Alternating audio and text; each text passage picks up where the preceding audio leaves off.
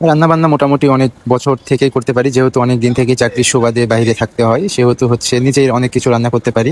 এখন বর্তমানে করতে করতে অভ্যস্ত হয়ে গেছি।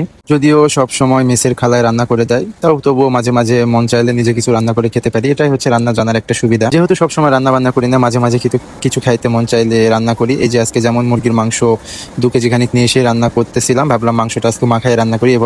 আর এভাবে রান্না করলে মাংসের স্বাদটা দ্বিগুণ হয়। আপনাদের কাছে কেমন লাগে জানি না, কিন্তু আমার কাছে অনেক ভালো লাগে।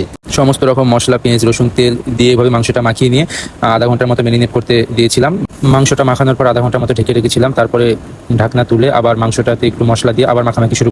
মাংসটা আবার সুন্দর করে মাখিয়ে নিয়ে চুলোতে তুলে দিলাম। তো এখন মাংসটা রান্না হোক, আমরা এখন একটু গান শুনে আসি আমার নিজের গলায়।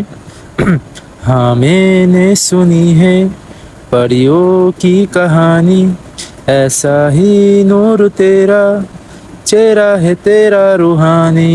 हाँ तुझको मैं अपनी आजा मेरी बाहों में छुपा लूं, अपने सरजमी पे कर दूंगा आसमानी।